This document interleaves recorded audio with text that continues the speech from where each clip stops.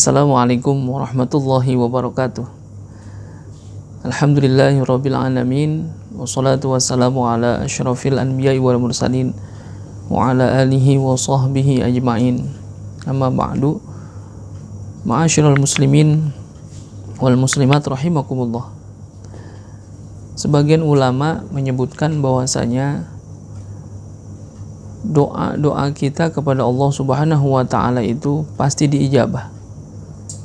Ini sangat beralasan karena mengambil penafsiran daripada ayat Al-Quran surah Al-Mu'min ayat 60 yang menyebutkan bahwasanya Allah Subhanahu wa ta'ala berfirman, Udu'uni astajib lakum, berdoalah kepadaku, niscaya doa-doa itu pasti dikabulkan oleh Allah Subhanahu wa ta'ala. Tapi di sisi lain, sebagian ulama juga menyatakan bahwasanya tidak semua doa-doa kita itu diijabah oleh Allah Subhanahu wa taala. Salah satunya dalam hadis Rasulullah sallallahu alaihi wasallam, Rasulullah pernah menyebutkan bahwasanya ada salah satu doa yang tidak diijabah oleh Allah, yakni doanya orang-orang yang hatinya lalai kepada Allah Subhanahu wa taala. Ini menandakan bahwasanya ketika ayat tadi menyebutkan ud'uni astajib lakum, doalah kepadaku maka aku akan ijabah doa-doa itu. Maka ketika kita berdoa itu pun ada syaratnya agar supaya doa-doa kita diijabah oleh Allah Subhanahu wa taala. Karena bisa jadi ada hal-hal yang bisa menghalangi daripada diijabahnya doa kita. As-Sayyid Abdullah bin Alawi Al-Haddad dalam Nafaisul Uluwiyah fil Masailis Sufiyah ada menyebutkan 5 hal yang bisa jadi terhalangnya doa kita diijabah oleh Allah Subhanahu wa taala. Apa itu? Yang pertama, di sana disebutkan bahwasanya terhalangnya doa seseorang itu karena aklul harami wa lubsuhu, yakni memakan makanan daripada yang haram dan juga memakai pakaian dari yang haram. Haram di sini bukan dari sekedar zatnya saja yang haram, akan tetapi juga haram dari cara mendapatkannya. Kalau bicara makanan haram, ya kita sudah masing-masing tahu apa saja yang diharamkan dalam agama. Tetapi penyebutan aklul harami wa lubsuhu, memakan makanan yang haram dan juga memakai pakaian yang haram, itu adalah bagian daripada terhalangnya doa kita kepada Allah Subhanahu wa taala. Haram bukan hanya pada zatnya, akan tetapi haram juga sifatnya. Bisa jadi makanannya halal, akan tetapi cara mendapatkannya haram. Bisa jadi yang dipakai pakaiannya juga pakaian yang tidak mengandung unsur najis, halal dipakai, akan tetapi cara mendapatkannya itulah yang haram. Ini bisa jadi gara-gara kita makan makanan yang haram, memakai pakaian yang haram, terhalang doa-doa kita kepada Allah Subhanahu wa ta'ala. Lalu yang kedua, yang menjadi terhalangnya doa kita adalah wali israri ala zulmil ibad, senantiasa berbuat zalim kepada hamba-hamba Allah, menyakiti hati orang lain, berbuat zalim kepada orang lain. Ada hak-hak mereka yang kita ambil. Sejatinya ketika kita berbuat zalim kepada orang lain, secara moral kita mesti meminta maaf. Akan tetapi maaf saja tidak cukup.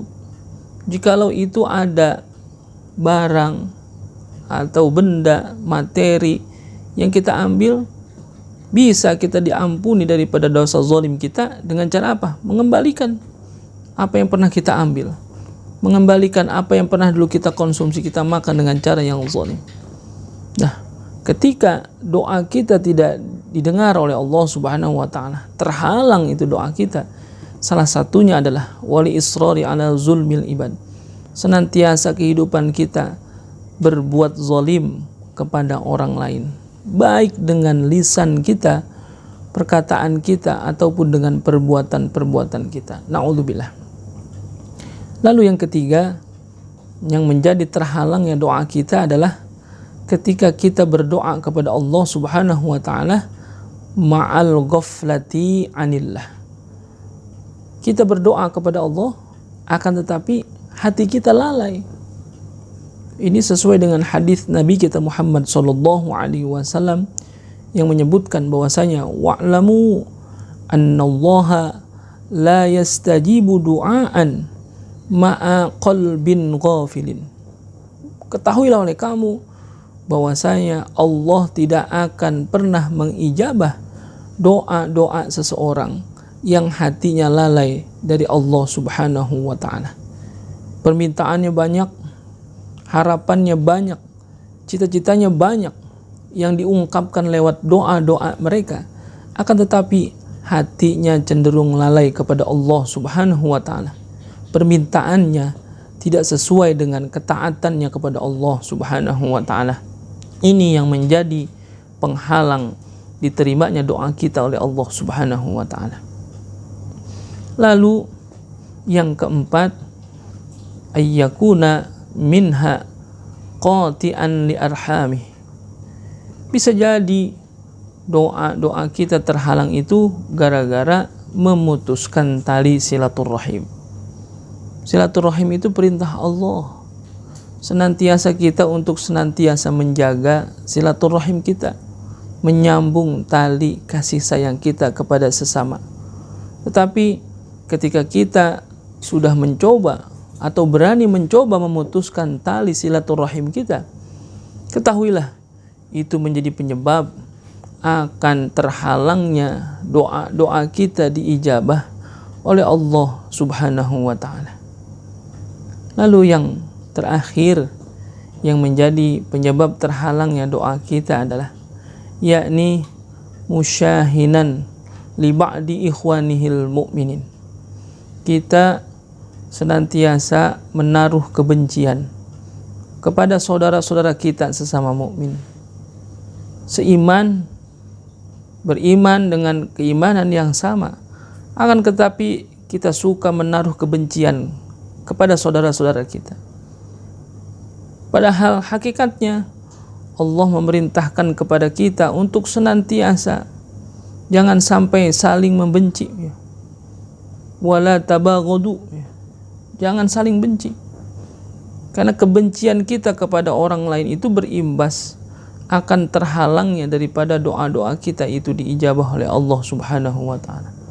Oleh karena itu, setiap kita pasti punya harapan, punya cita-cita, punya keinginan yang senantiasa kita ungkapkan lewat doa-doa kita.